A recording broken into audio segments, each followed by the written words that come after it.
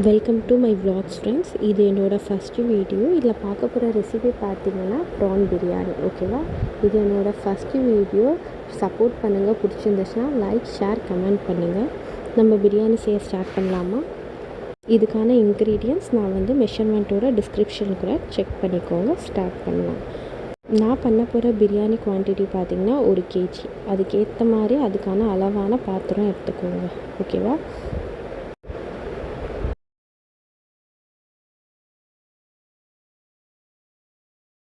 எடுத்துக்கோங்க. அதில் பார்த்திங்கன்னா ஃபஸ்ட்டு நம்ம போட போகிறது பார்த்திங்கன்னா ஆனியன். நீங்கள் எதுக்கு ஆனியன் போடுறீங்கன்னு கேட்கலாம். ஆயில் போட்டுட்டு கூட ஆனியன் போடலாம், ஆனியன் போட்ட பிறகு கூட ஆயில் போடலாம். அது எந்த பிரச்சனையும் இல்லை. இதில் போட போகிறது பார்த்திங்கன்னா 400 கிராம் ஆனியன். ஓகேவா, 400 கிராம்னால் மீடியம் சைஸ் 4 வெங்காயம் எடுத்துக்கோங்க. அதே அளவு தான் தக்காளி, மீடியம் சைஸ் 4 தக்காளி. நான் ஃபஸ்ட்டு பார்த்திங்கன்னா ஆனியன் போட்டுட்ட பிறகு பார்த்திங்கன்னா பட்டை, கிராம்பு, ஏலக்காய் அது எல்லாமே பார்த்திங்கன்னா 1 கிராம் அளவுக்கு போட்டுட்டு, நான் போட போகிற ஆயில் பார்த்திங்கன்னா ரீஃபைண்ட் ஆயில் போடுறேன்னா நீங்கள் வேணால் எந்த ஆயில் வேணாலும் யூஸ் பண்ணிக்கலாம். ஆனால் 250 கிராம்ஸ் யூஸ் பண்ணிக்கோங்க. நான் மெஷர் பண்ணி 250 கிராம்ஸ் போடுறேன். அப்புறமா லைட் ப்ரௌன் கலர் வர அளவுக்கு நீங்கள் வதக்குங்க. நீங்கள் பார்த்திங்கன்னா ஸ்க்ரீனில் தெரியும், இந்த அளவுக்கு வரணும். இதில் நல்லா தெரியும் லைட் ப்ரௌன் கலரில் வந்திருக்கு. ஓகேவா, இங்கே பார்த்திங்கன்னா லைட் ப்ரௌன் கலர் வந்துருச்சு. இதுக்கப்புறமா கொத்தமல்லி, புதினா எல்லாமே ஒரு கைப்பிடி அளவுக்கு போட்டுக்கோங்க. போட்டுட்டு ஒரு 30 செகண்ட் வதக்குங்க. அப்புறமா மற்ற இன்க்ரீடியன்ட்ஸ் ஆட் பண்ணிக்கலாம். ஒரு 30 செகண்ட் வதக்கின உடனே 3 to 4 பச்சை மிளகாய் போட்டுக்கலாம். நான் ஒரு 3 போடுறேன், காரத்துக்கு ஏற்ற மாதிரி போட்டுட்டு அதையும் ஒரு 30 செகண்டுக்கு வதக்கிடுங்க.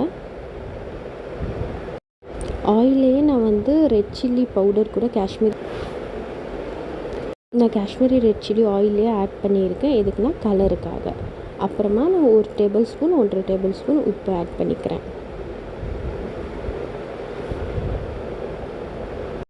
உப்பு ஆட் பண்ணிவிட்டு கொஞ்சம் நேரம் வதக்குங்க.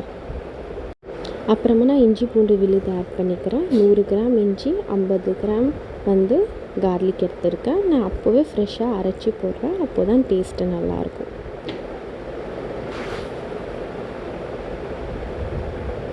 போட்டுட்டு கொஞ்சம் நேரம் வதக்கி விடுங்க, அந்த பச்சை வாசனை போகிற அளவுக்கு.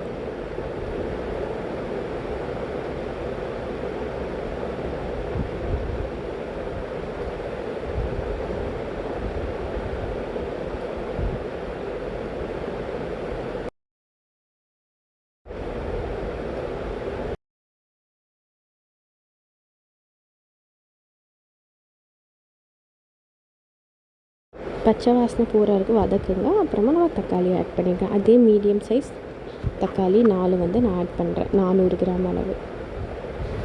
அதையும் போட்டுட்டு நல்லா வதக்குங்க.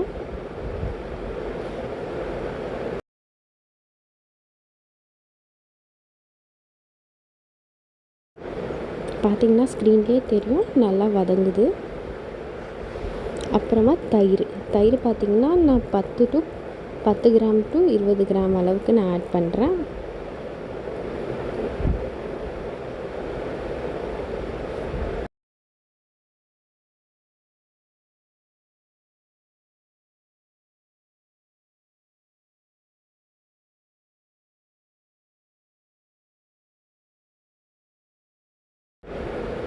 தயிர் ஆட் பண்ண பிறகு நல்லா வதக்குங்க. வதக்கி இப்போ பார்த்திங்கன்னா ஸ்க்ரீனில் காமிக்கலையே அந்த அளவுக்கு வந்துடணும். நல்லா தக்காளி எல்லாமே நல்லா வதங்கியிருக்கணும். நல்லா வதங்கின உடனே நான் 1 லிட்டர் பாட்டில் அந்த மாதிரி 2 லிட்டர் எடுத்துருக்கேன். அதில் 1.5 லிட்டர் தண்ணி ஆட் பண்ணி ஒரு 5 நிமிஷத்துக்கு நல்லா கொதிக்க விடுங்க. நல்லா கொதிக்கணும். 5 நிமிஷத்துக்கு கொதித்த பிறகு இப்போ பார்த்திங்கன்னா உங்களுக்கு தெரியும் நல்லா கொதிச்சிருக்கு. அப்போது நீங்கள் இறால் ஆட் பண்ணிக்கலாம். நான் அதை எடுத்து நல்லா வாஷ் பண்ணி வச்சுருக்கேன், அதை நான் ஆட் பண்ணிக்கிறேன். இங்கே 1.5 லிட்டர் தண்ணி நான் ஆட் பண்ணியிருக்கேன்.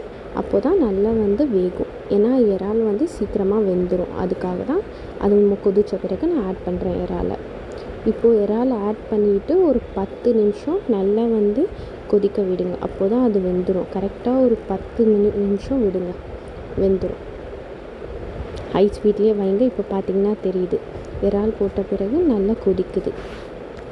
அப்புறமா பார்த்திங்கன்னா அது 10 நிமிஷம் நல்லா கொதித்த பிறகு நான் வந்து ரைஸ் ஆட் பண்ணிக்கிறேன். இல்லை, ரைஸ் ஆட் பண்ணிவிட்டு கூட கொஞ்ச நேரம் கொதிக்க விடுங்க.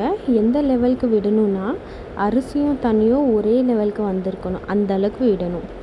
இப்போ ஸ்க்ரீனில் பார்த்திங்கன்னா உங்களுக்கு தெரியும், அரிசியும் தண்ணியும் ஒரே லெவலுக்கு வந்துட்டுருக்கு. அரிசியும் தண்ணியும் ஒரே லெவலுக்கு வந்த பிறகு நம்ம தம் போட்டுடலாம்.